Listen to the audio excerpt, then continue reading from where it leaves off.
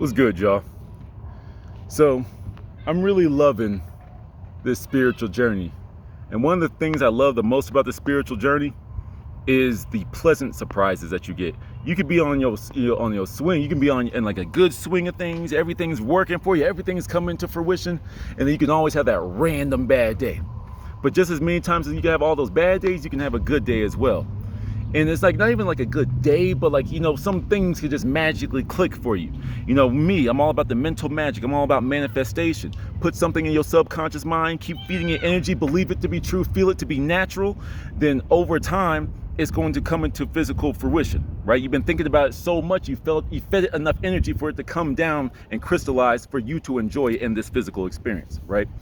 After you impress that subconscious mind, it's called the bridge of incident. The bridge of incident is a bunch of seemingly insignificant or profound events that get you to your end goal. Everyone that sees your success is going to see every single physical thing that happened, everything that they can measure, everything that they can understand. But not one person is going to be able to understand the fact that you planted the seed before anyone saw those physical things. They saw the breadcrumbs before you got to the treasure. You know what I'm saying? All they can see is that. They don't know where the initial crumb came from.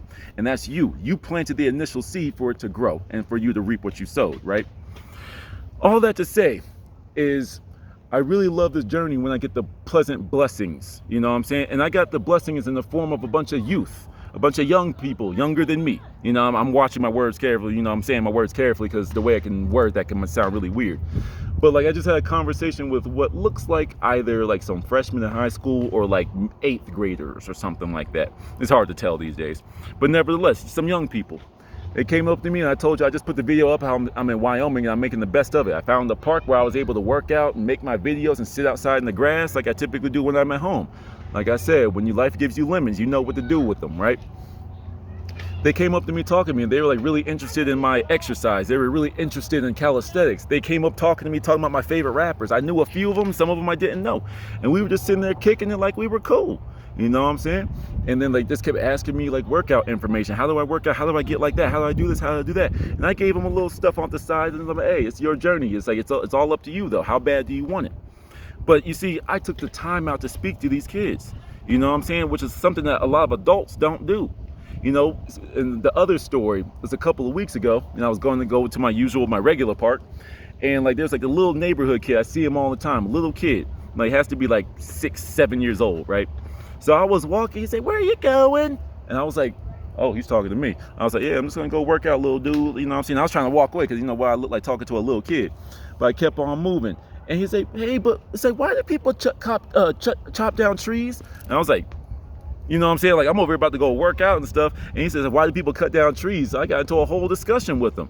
You know what I'm saying? Once again, I had to like dumb down the language, of course, to speak to a 7-year-old, but I wasn't going to talk to him like he was stupid either. And I was like, people chop down trees because we need things made out of them. The pencils, the paper that you write down in school. He said, oh, those all come from trees? I was like, yeah, a lot of it. We're trying to do a little bit better, but we're still not doing enough. He said, well, why do we cut them down if we could just use something else? Mind you, like a 7-year-old, like a 6 or 7-year-old asking me these questions. And I was like, well, I don't know.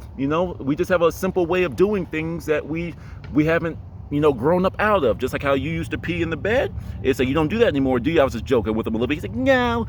You know what I'm saying? I was like, you don't pee in the bed no more, you grew out of that, right? Some people are still peeing in the bed when it comes to cutting these trees down because a lot of them don't know that these trees are alive. They're like, they're alive? I was like, yeah, they breathe just like you and me. They just don't inhale and exhale like we do. But all these trees, you see all the green in them? I had them looking around at the trees and stuff. I was like, look at it, the trees. They say they're breathing right now. You don't see it? He's like, no. And I was like, yo, look at them. He said, all that green stuff, making it very simple, that's called chlorophyll. And that's the stuff that takes out the carbon dioxide, the bad stuff in the air, and gives us the stuff that we breathe. And he's like, oh, I get it. So wait, then again, why do they cut them down? And I was like, kid, I don't know. You know what I'm saying? Maybe you're going to be the answer to that. Maybe you're going to fix it. And I can't even lie. When I said that to him, it looked like I woke something up in him.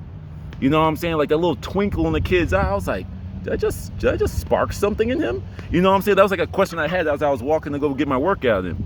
And like, that's one of those things that we need to pay more attention to these kids.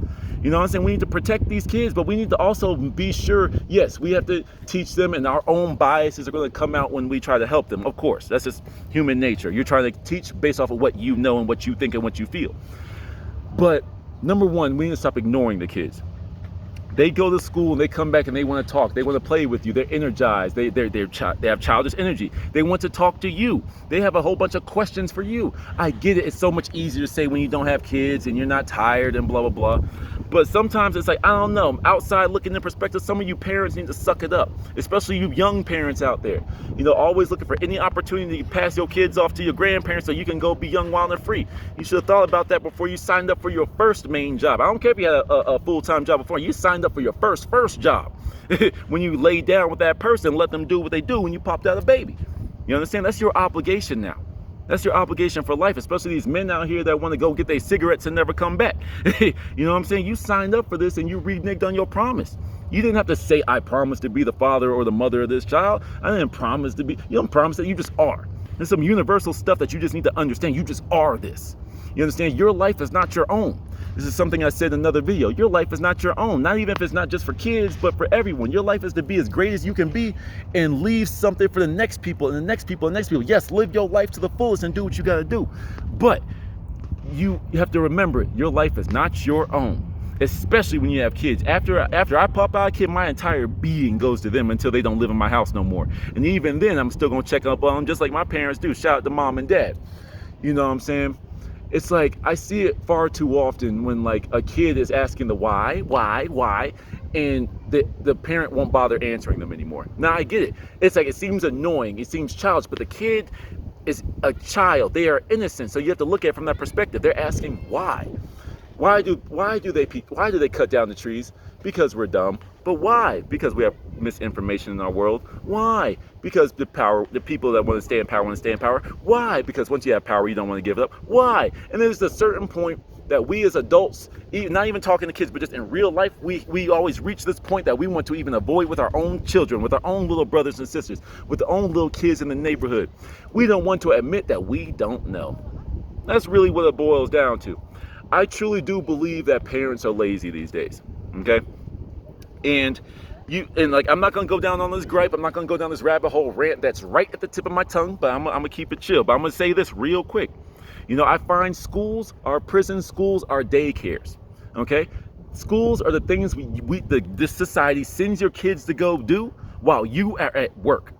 That's the only reason school is here. School is here to teach your kids how to be more cogs in the wheel, more cogs in the machine, okay? Most schools, they might be getting a little bit more progressive nowadays, but in my day and definitely before, they don't teach you entrepreneurship. They might have some people that own their own business and come in, but they don't highlight that, at least in my experience. They don't highlight that. They don't say, yo, everyone, go get your own business. You don't need this and that. Well, imagine me going into a high school and telling the whole crowd of kids that you don't need to go to college. Everyone's going to look at me, oh, what? You don't need to go to college? What do you need to go to college for? What do you need to go to college for? It's like, currently, it's like, you know, my job, it's like, I get it. Like, my job may not have worked for it. But, like, nevertheless, it's like, if you want to be a lawyer, doctor, something super technical like that, then yes, you need college, of course. But most of these things you can learn out of here. I've learned how to heal myself. I used to be sick, right? I used to wake up every morning, my first year, like here, in, well, not here, but in Denver, you know, I used to wake up every morning, throw up. I had like a chronic stomach problem that I cured myself. What textbook did I get that from? What college degree helped me do that? You know, what college degree helped me pay taxes unless you're a finance, business, accounting major? Like, college don't teach you how to do taxes or anything in life. High school, damn Skippy, don't teach you how to do it. It's like, what's the point? The point is, you as the parent, you as the adult, you the person that has been living life needs to go out here and teach these kids this stuff.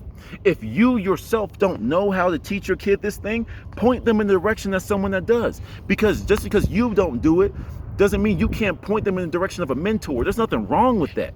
You understand? But I know we're men, we have this pride where we be caught dead before we point them to another man that we don't know. Hey, he knows tax stuff. Unless it's like one of your boys or something like that, then that's even better.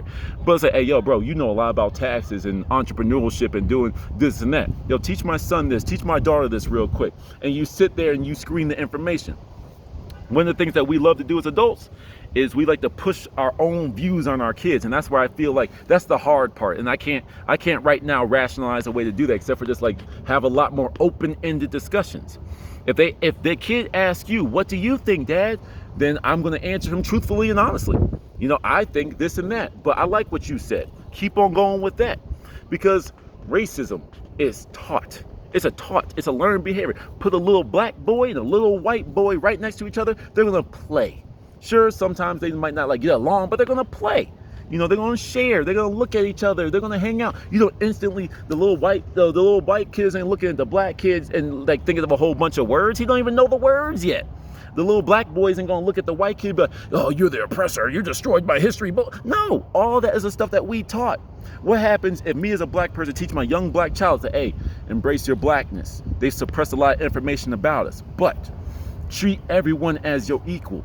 Everyone that's a good vibration, everyone that treats you right, everyone that you feel the need to go out of your way to treat nicely. You know what I'm saying? Cater to these people, love these people, and bring them into your circle. If they are no longer showing you love, if you no longer feel the same way about them, then don't cause no drama. Just separate yourself and go find your tribe. You see what I'm saying? And likewise, you know, other way around. It's like, what y'all don't understand is by simply talking to kids, you learn about yourself. You know, speaking to the youth, you learn about yourself. A lot of y'all too busy with your money. A lot of you too busy with your adult things. A lot of you too busy seeing how many women you can get, how many guys you can bag, how many trips you can get booked for you, how many sugar daddies you can beg, how many cougars you can line up. You know what I'm saying? How many cars you can buy, blah, blah, blah, blah. All that's nice. But while you're doing all that and you're tunnel vision on these physical things, the youth is watching you. And you're going to wonder why the youth is so weird, why the youth can't do this, why the youth can't. They've been watching you. They've been watching us. So we have to lead by example. That's all I'm saying. I know I'm kind of talking in circles, but my mind's going right now. It's like we need to give them the time. That kid came up to me asking me about trees because he wanted to know about trees. Our energies aligned. So he knew that I would, well, obviously he didn't know, but like subconsciously he said, I'm going to ask him about trees. I'm going to talk to him about trees. And I have the answers for him. I have lived life, therefore I have the answers for them. That's why I should share them with him. You don't have to have a degree. You don't have to be working in a school to be a teacher. We're all teachers. We're all students. You got to remember that. All right. But anyway, before I give myself a headache, I'm going to leave y'all with that. To the next one.